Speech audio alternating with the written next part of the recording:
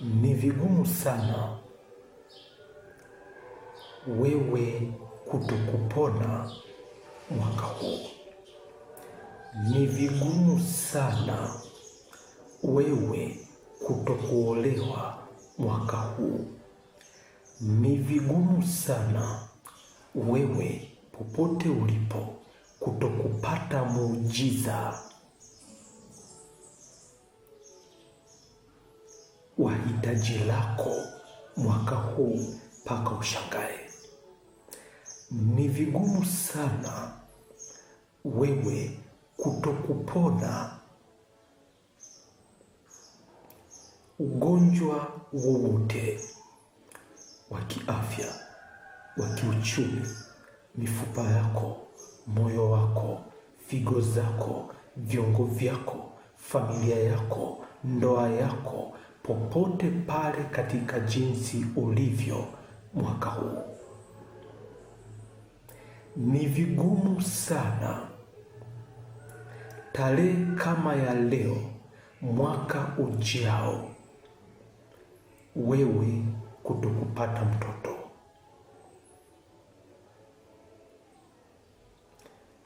Na huyo ni Andegunyu. Ninazungumza kuhusu uchumba, sehemu ya 21. Nizungumzapo kuhusu uchumba, ninamaanisha sura au muonekano wa mvuto.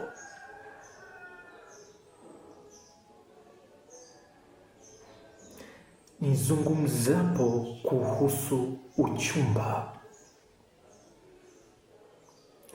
ninazungumzia kuhusu sura ya muonekano wa mvuto. Ndio maana kwa jinsi ulivyo katika sura hiyo ya mvuto, ni vigumu sana tena sana wewe kutokufanikiwa. Ni vigumu sana biashara hiyo kutokupata wateja. Ni vigumu sana kazi hiyo kutokuwa na mafanikio kwako.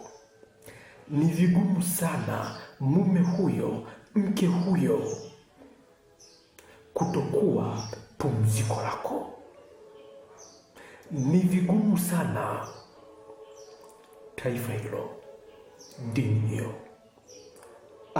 hali yoyote, majira, nyakati, wanyama, jua, mvua, nyota, sayari, ardhi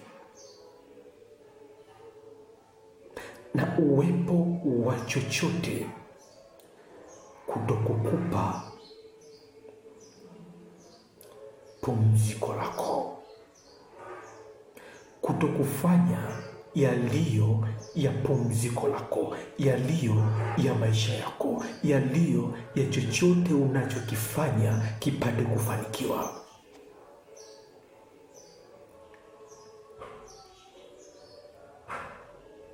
Ni vigumu sana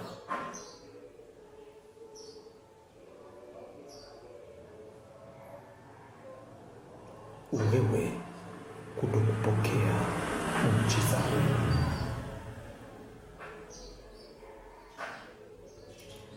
Haijalishi sasa hivi uko wapi, ni vigumu sana wewe kutokufufuka hapo ulipo. Ni vigumu sana wewe kutokupona popote pale ulipo. Ni vigumu sana wewe kutokuwa huru jela, kifungoni, kwenye fikra, kwenye mawazo, kwenye vita, popote pale ulipo. Ni vigumu sana.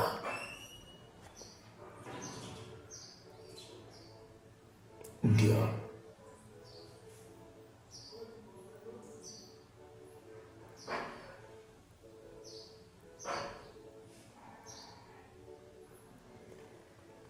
jinsi ulivyo hapo ulipo.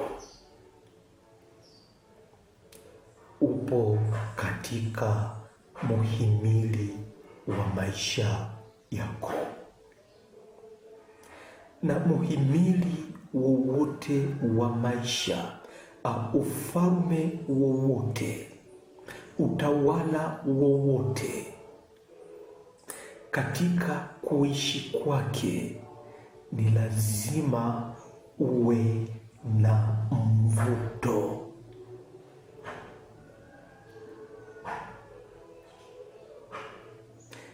Ili uitwe wewe hapo ulipo,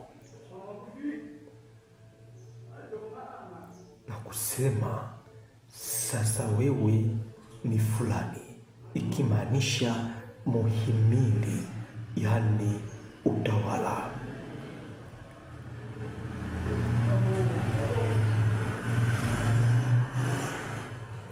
Ni lazima uwe na mvuto.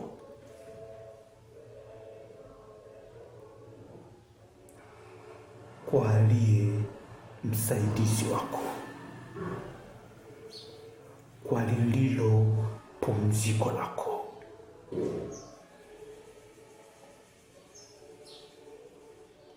Na bila shaka popote pale ulipo, upo katika muhimili wako,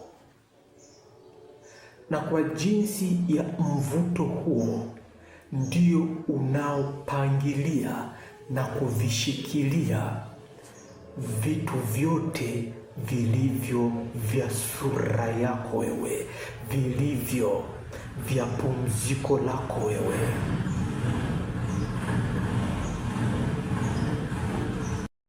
Mvuto huo ndio unaopangilia muhimili wako, ikimaanisha utawala wako.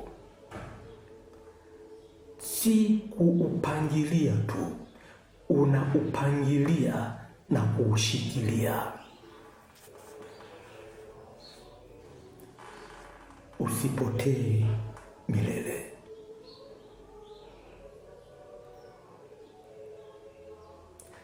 Na ndio maana chochote kile kilichokuzunguka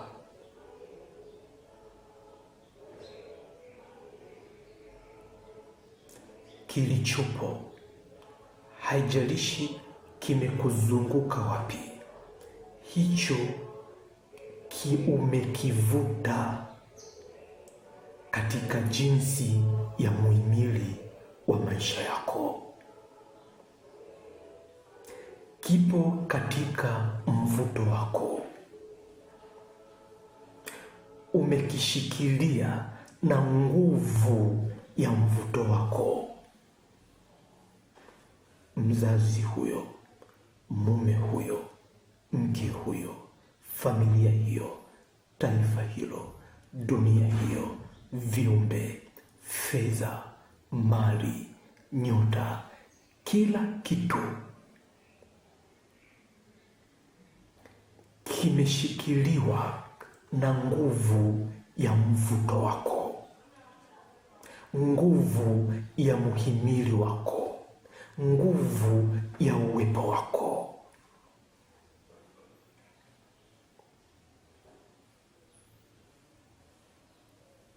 Ndio maana inakwambia hivi, usipokuwepo popote pale ulipo, na kingine chochote unachokifikiria ni kikuu kuliko wewe, hakitakuwepo.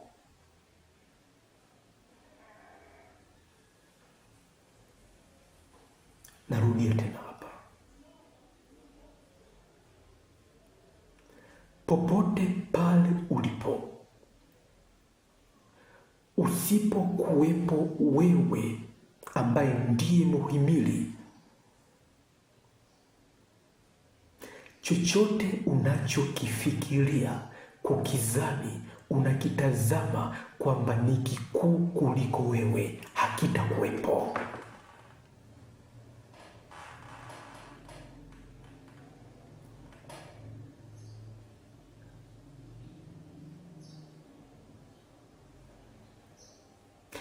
asipokuwepo mzazi, mtoto hayupo.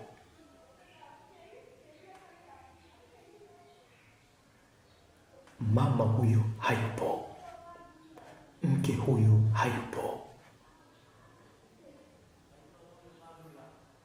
bibi babu hayupo, taifa hilo halipo.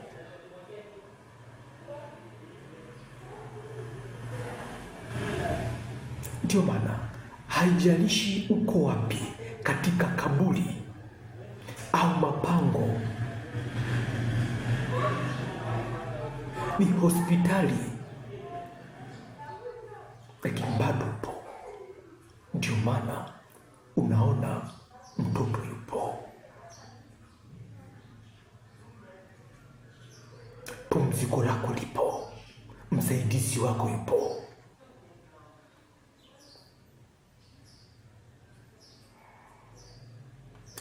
Uwe katika kaburi, bado unaitwa ni mzazi wa familia hiyo, na si uliyekuwa. Bado unaitwa ni mtoto wa familia hiyo, bado unaitwa ni mali, ni muujiza, ni uponyaji wa familia hiyo.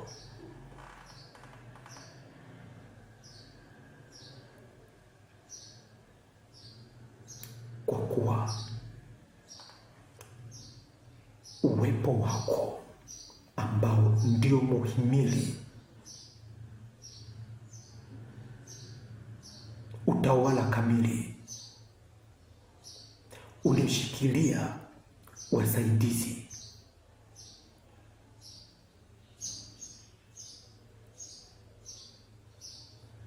kwa jinsi na kila sura, ni wa milele. Haijalishi umezeeka, haijalishi umezaliwa leo, haijalishi uko kaburini, haijalishi umeitwa jina gani, haijalishi uko wapi, lakini jinsi popote ulipo, wewe umeishikilia. Chochote unachokitazama umekishikilia. Kwa huo mvuto wa muhimili wako, muhimili wa uwepo wako.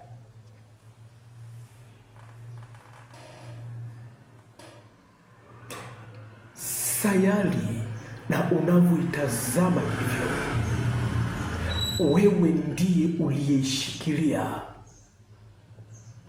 Baba unavyomtazama na kusema asipokuwepo, basi tena wewe ndiye uliyemshikilia baba huyo, mama huyo, mume huyo, mke huyo, mtoto huyo, familia hiyo, ukoo huo, kabila hilo, taifa hilo. Kila kitu kipo katika mkono wako, kipo katika muhimili wa jinsi ya uwepo wako, katika sura hiyo ya mwonekano wa mvuto kwa sura hiyo, kwa jina hilo. Ulipo sio wa taratibu taratibu, ulipo ni utawala kamili ulio na mvuto.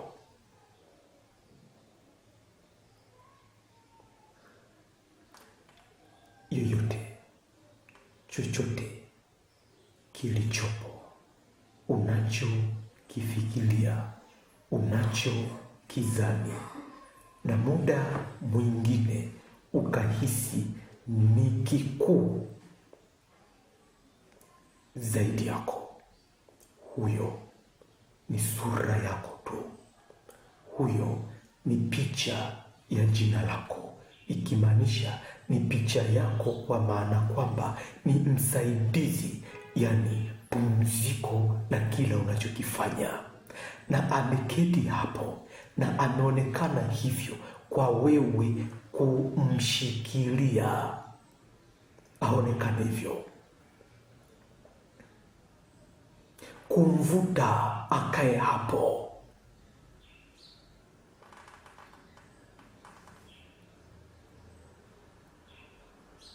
Kwa hiyo haijalishi upo wapi, unajisikia nini, ila huyo yoyote, muujiza, mafanikio, utajiri, mashamba, ardhi, uvunaji, mvua, jua, chochote kile, kwa jinsi ya sura ya mwonekano wake,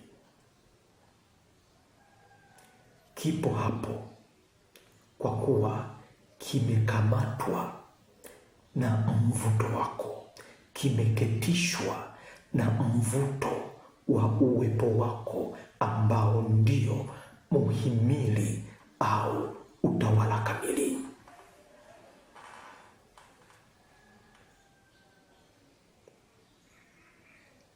Ndio maana nakwambia ni vigumu sana kutokupona wewe hapo. Ni vigumu sana kutokuwa na wateja katika biashara hiyo. Ni vigumu sana kutokutajirika. Ni vigumu sana kutokupata muujiza wa kupona kwako sasa hivi. Ni vigumu sana kutokuwa na pesa, kutokupata fedha sasa hivi kabla mwaka huu kuisha. Ni vigumu sana wewe kutokwenda leo hii kujifungua mtoto wako kwa njia ya kawaida. Ni vigumu sana wewe leo kutokupona makovu yoyote katika mwili wako huo.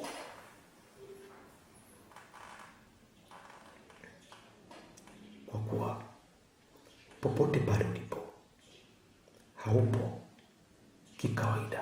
kawaida tu, ila ulipo wewe ni muhimili kamili ambao una mvuto wa kushikilia kila kitu kiendelee kuwepo milele.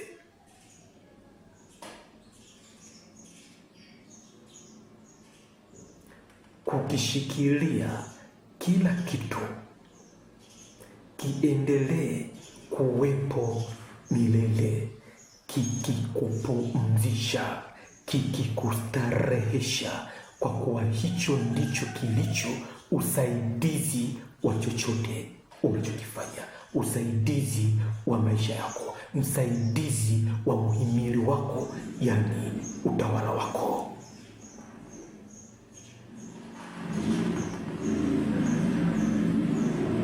Ndio, ni vigumu sana wewe hapo kutokuchumbiwa mwaka huu, kutokupata mchumba mwaka huu.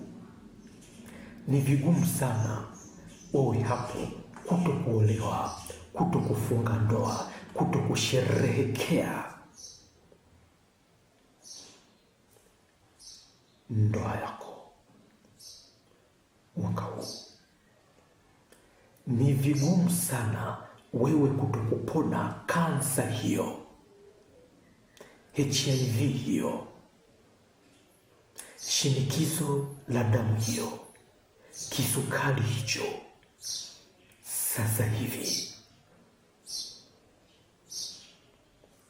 umepokea uponyaji, umepokea muujiza, umepokea mafanikio, umepokea watoto, umepokea kizazi, umepokea viungo vipya, umepokea muujiza uponyaji, umepokea mishipa mipya ya moyo, umepokea moyo mpya, umepokea figo mpya, umepokea maini mapya, umepokea mifupa mipya, umepokea nyama mpya, umepokea uonaji mpya, umepokea macho mapya, umepokea nyumba mpya, umepokea fedha, umepokea muujiza, umepokea nyumba, umepokea mke, mume, familia, ukoo, kabila la pumziko lako, la mvuto wako wa kukuvutia, cha kukuvutia la hitaji lako.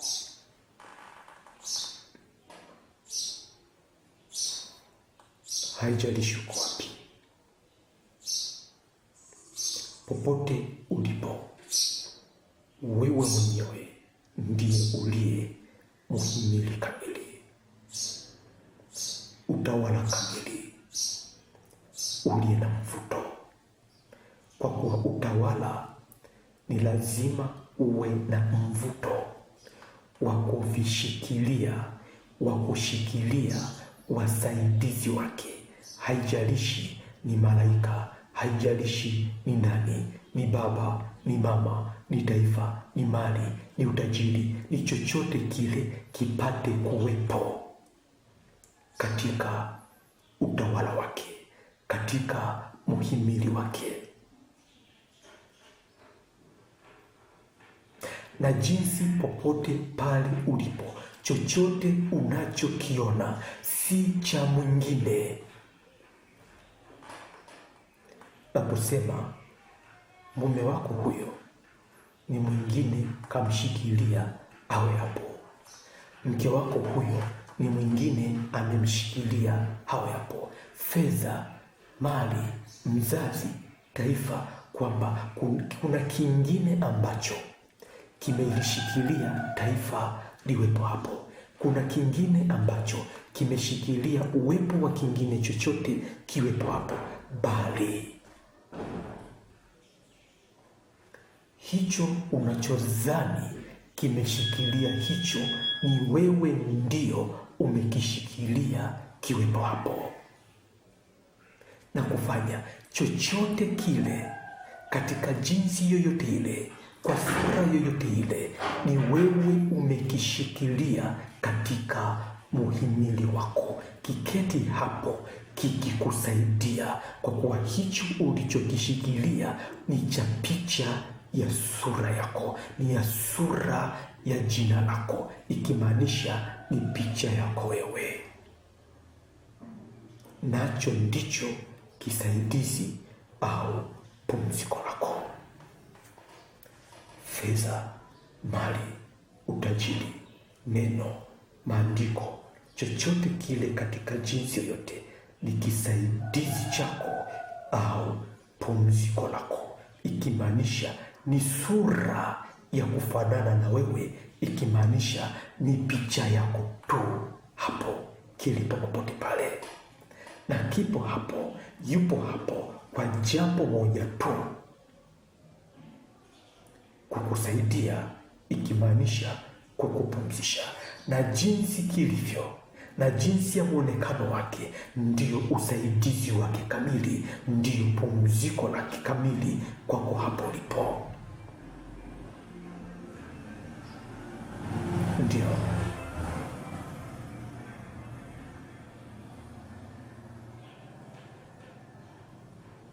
popote ulipo,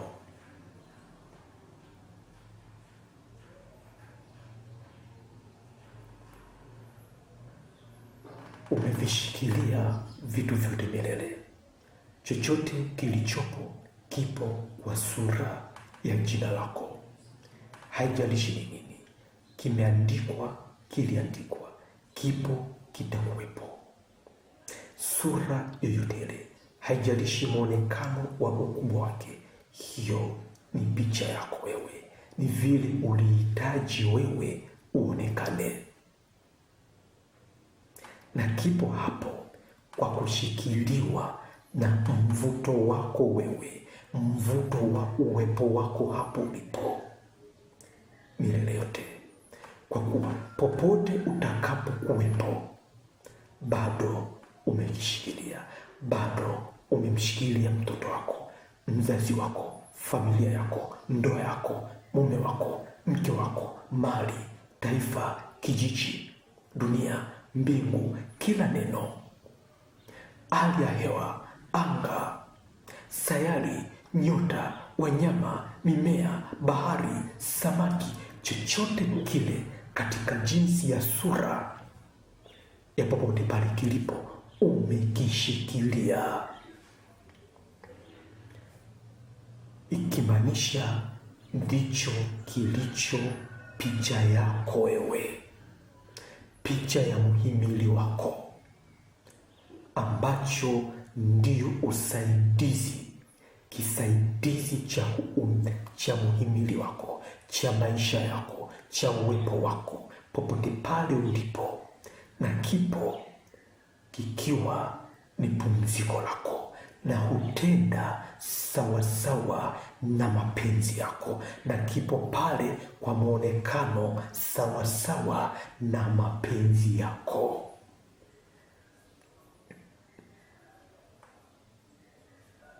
Kwa hiyo haijalishi ni wapi upo, ni kaburini, ni hospitalini, ni jela, au katika magonjwa, au katika jinsi ya hali yoyote, ni vigumu sana wewe kutokuwa huru, ni vigumu sana wewe kutokupona. Na kwa maana hiyo, popote pale ulipo, umepokea uponyaji, umepokea uhuru wako, umepokea kuwa huru katika jela hiyo, umepokea mamlaka, umepokea mwili mpya, umepokea baraka, umepokea mifupa mipya. Popote pale anza kutembea, popote pale anza kujenga, popote pale anza kufanya kile ambacho uliona hakiwezekani, kwa kuwa hapo ulipo umepokea muujiza, umepokea ujenzi, umepokea uzazi, umepokea mchumba wako, umepokea chochote kilicho cha mvuto wako, ikimaanisha kinachokuvutia katika jinsi ya muhimili wako, yani uwepo wako popote pale ulipo umepokea na kimekuwa na wewe hapo ulipo. Basi popote ulipo, tazama mafundisho haya pia katika ukurasa wa YouTube kwa jina la Andegunyu. Nimeishia sehemu hii ya 21 katika mwaka huu. Usikose katika kila kitu na mafundisho yote katika ukurasa wa YouTube kwa jina la Andegunyu. Umepokea chochote kilicho cha mvuto wako popote pale ulipo, na kimekuwa kwako hapo ulipo sasa hivi.